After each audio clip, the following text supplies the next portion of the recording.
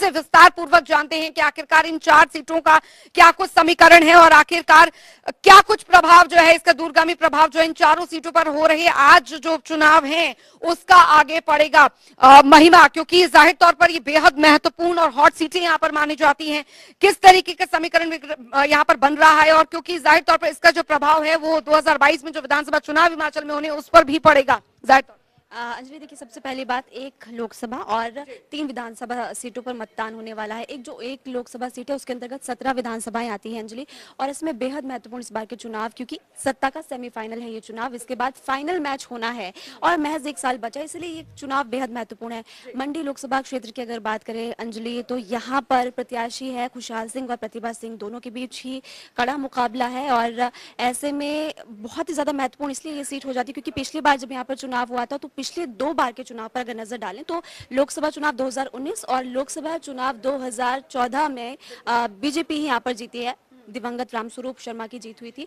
और पिछले बार के चुनाव की अगर बात करें तो आश्रय शर्मा की हार हुई थी, यहाँ पर बहुत ही ज्यादा मार्जिन से वो जीते थे। और उससे पिछली बार जो प्रतिभा सिंह इस बार चुनाव के लिए खड़ी हैं, उनकी भी हार रामस्वरूप शर्मा से ही हुई थी। तो इस बार की इसलिए चुनाव बेहद महत्वपूर्ण है और अब देखने वाली बात ये होगी कि किस तरह से जीत किस प्रत्याशी की होगी।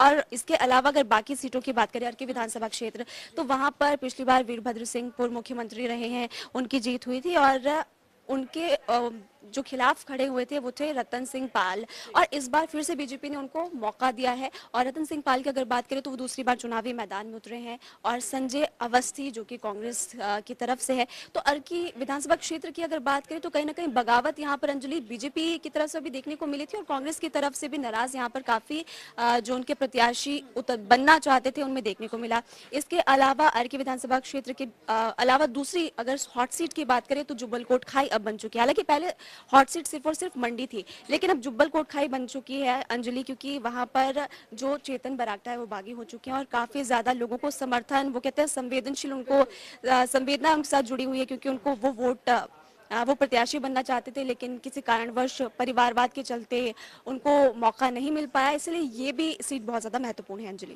बिल्कुल, त्रिकोणीय मुकाबला जो है वो काफी ज्यादा अहम रहने वाला है और यही वजह है कि जो कई इनमें से जो सीटें हैं वो यहाँ पर बेहद महत्वपूर्ण रहने वाली है। लेकिन जो मुद्दे यहाँ पर महत्वपूर्ण रहेंगे वो क्या कुछ रहेंगे महिमा, क्योंकि हमने देखा कि चुनावी दौरों के दौरान भी काफी ज्यादा इन मुद्दों को यहाँ पर जनता के सामने रखा गया। चुनावी मुद्दों की अगर बात करें तो कांग्रेस की तरफ से बार बार ये कहा जा रहा है कि प्रदेश में बेरोजगारी है और जनता परेशान है बढ़ती महंगाई के कारण। अब देखिए, महंगाई का मुद्दा तो ना सिर्फ हिमाचल प्रदेश बल्कि देश भर में है और महंगाई को लेकर लगातार सरकार पर निशाना साधा जा रहा है कांग्रेस की तरफ से। और बीजेपी की अगर बात करें तो विकास के मुद्दे पर उतरी है बीजेपी, क्योंकि उनका कहना है कि प्रदेश में बहुत विकास हुआ है। प्रदेश सरकार का कहना है कि केंद्र सरकार की मदद से हमने टीकाकरण अभियान जोरों शोरों से चलाया। कोविड काल चल रहा था, लेकिन कोविड काल के बाद भी प्रदेश में विकास हुआ। तो विकास के मुद्दे पर बीजेपी उतरी है। और कांग्रेस की अगर बात करें तो महंगाई, बेरोजगारी, किस तरह से बागवान का एक बड़ा मुद्दा लेकर उतरे हैं जुब्बल कोटखाई में आजाद प्रत्याशी। तो ये मुद्दे रहने वाले हैं अंजलि। बिल्कुल महिमा, हालांकि इस दौरान यहाँ पर देखा गया कि मुख्यमंत्री भी जो मंचों पर भी उन्होंने न सिर्फ प्रदेश सरकार की बल्कि केंद्र सरकार की भी कई उपलब्धियों को गिनाया है यहाँ पर। तो जाहिर तौर पर इन उपलब्धियों के जरिए भी इन चुनावों में जीत का दम यहाँ पर भरा जा रहा है। बिल्कुल बिल्कुल अंजलि, क्योंकि यही तो बीजेपी का कहना है कि प्रदेश में विकास हुआ है, प्रदेश सरकार ने भी विकास किया और प्रदेश सरकार के अलावा केंद्र सरकार की अगर बात करें तो केंद्र सरकार की मदद से प्रदेश में बहुत ज्यादा विकास हुआ है। सीएम जयराम ठाकुर की तरफ से बार बार यहाँ पर यही कहा गया था कि जो चुनाव हो रहे हैं इसमें जनता को ये बात ध्यान में रखकर वोट करना चाहिए कि विकास है। इसके अलावा कांग्रेस इसका ऑपोजिट कह रही है। कांग्रेस का कहना है कि बेरोजगारी है प्रदेश में, महंगाई है। तो इन मुद्दों को लेकर लगातार ये चुनाव लड़े जा रहे हैं और अब देखने वाली बात होगी कि ठंडी तासीर वाले प्रदेश में किस तरह से सियासी सरगर्मियां बढ़ चुकी हैं अंजलि, और अब क्या आगे मतदान प्रतिशत रहता है इस पर भी नजर आएगी। क्योंकि पिछली बार की अगर बात करें तो मतदान प्रतिशत लोकसभा चुनाव में 74.5% था और ऐसे में इसके अलावा विधानसभा क्षेत्रों की अगर बात करें तो वहां पर भी मतदान प्रतिशत पिछली बार 75.67% था अंजलि। तो वोटिंग काफी ज्यादा हुई। बिल्कुल बिल्कुल महिमा, हालांकि अगर मंडी की यहाँ पर बात की जाए, मंडी लोकसभा सीट पर जो चुनाव हो रहा है जाहिर तौर पर उसको लेकर उसका क्या समीकरण यहाँ पर बन रहा है वो भी हम आपसे जानना चाहेंगे यहाँ पर, क्योंकि अब तक जो इससे पहले रहा और अब आज इस बार क्या कुछ स्थिति यहाँ पर देखने को मिल सकती है, क्योंकि अभी शाम होते होते तस्वीर जो है वो भी साफ होगी। देखिए, स्थिति साफ कर पाना तो भी काफी मुश्किल है अंजलि, क्योंकि प्रदेश में कुछ पता नहीं, सियासत में कुछ पता नहीं होता कि क्या कब हो जाए।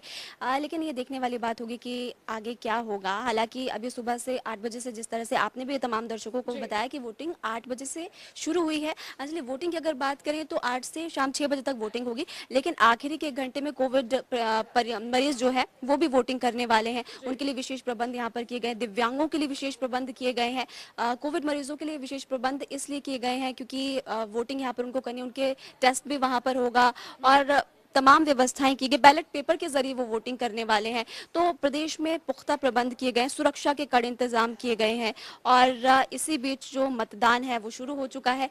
और जनता टीवी तमाम दर्शकों से ये अपील करता है कि सभी लोग जाएं, वोट करें, जरूर करें, टाइम निकालें और वोट बहुत ज्यादा जरूरी है करना। अंजलि, हालांकि जुब्बल कोटराई विधानसभा सीट पर बात करें तो कांग्रेस के पूर्व विधायक रोहित ठाकुर और भाजपा के पूर्व जिला परिषद सदस्य नीलम सरनाइक को चुनावी मैदान में उतारा है। यहाँ से मुद्दा यहाँ पर, क्योंकि एक महिला समीकरण को ध्यान में रखते हुए भी एक बहुत महत्वपूर्ण जो स्थिति है, जो स्टेप है, वो यहाँ पर माना गया जब बीजेपी की तरफ से यहाँ पर नीलम सरनाइक को उतारा गया था।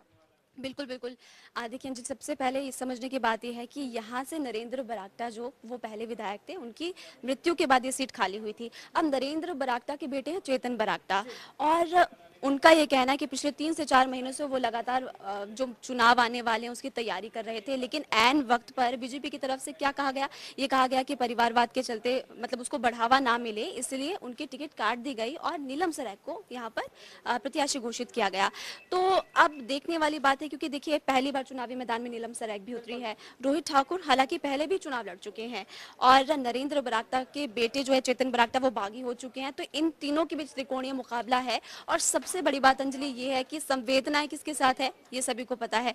और नीलम सरैक की अगर बात करें तो वो भी विकास के मुद्दे पर ही चुनाव लड़ रही हैं और रोहित की बात करें, रोहित ठाकुर जो है कांग्रेस प्रत्याशी, महंगाई बेरोजगारी के मुद्दे पर लड़ रहे हैं। तो त्रिकोणीय यहाँ पर मुकाबला है और ये सीट बेहद महत्वपूर्ण है। हालांकि पहले मंडी लोकसभा सीट को हॉट सीट माना जा रहा था, लेकिन अब इस सीट को माना जा रहा है। अंजलि, बिल्कुल। अगली आप सीट अगर बात करें फतेहपुर की, तो कांग्रेस ने पूर्व मंत्री स्वर्गीय सुजान सिंह पठानिया के पुत्र भवानी सिंह पठानिया और भाजपा से ने बलदेव ठाकुर को चुनावी मैदान में उतारा है। इसको लेकर यहाँ पर किस तरीके के समीकरण है? अच्छा, फतेहपुर विधानसभा क्षेत्र की अगर बात करें अंजलि, तो बलदेव ठाकुर जो बीजेपी के प्रत्याशी है वो पहले भी चुनावी मैदान में उतर चुके हैं, लेकिन उनकी अब तक 2 बार हार हुई है।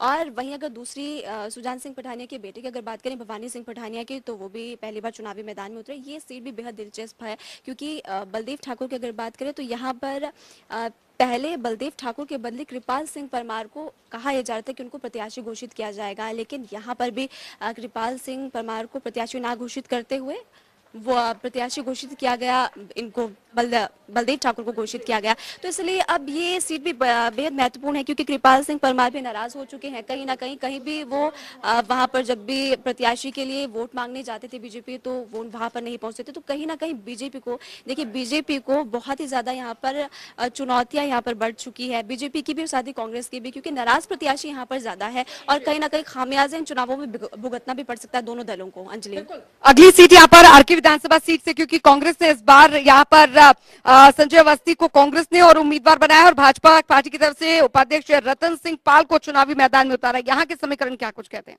अच्छा, आरके विधानसभा सीट बेहद महत्वपूर्ण है अंजलि, क्योंकि इस सीट से पूर्व मुख्यमंत्री वीरभद्र सिंह 5 बार मुख्यमंत्री रहे हैं, वो विधायक थे और ऐसे में उनकी मृत्यु के बाद ये सीट खाली हो गई थी। संजय अवस्थी हालांकि पिछली बार भी चुनाव लड़ना चाहते थे, साल 2017 में वो चुनाव लड़ना चाहते थे, लेकिन उन्होंने इस सीट को खाली छोड़ दिया था क्योंकि पूर्व मुख्यमंत्री वीरभद्र सिंह को यहाँ से लड़ना था। अब वीरभद्र सिंह जो है वो शिमला से चुनाव लड़ते थे, लेकिन उन्होंने अपनी सीट को छोड़ा था अपने बेटे विक्रमादित्य सिंह के लिए। तो उसी के चलते उनका जो इलेक्शन लास्ट टाइम हुआ था आरके विधानसभा क्षेत्र से उन्होंने चुनाव लड़ा था और ये सीट इसलिए अब महत्वपूर्ण है क्योंकि देखिए पूर्व मुख्यमंत्री वीरभद्र सिंह यहाँ से विधायक थे, उनके बाद ये सीट खाली थी। अब संजय अवस्थी को यहाँ पर चुनाव लड़ने का मौका मिला है और रतन सिंह पाल पिछली बार भी चुनाव हारे थे वीरभद्र सिंह से, तो वो चुनावी रण में यहाँ पर उतरे हुए हैं।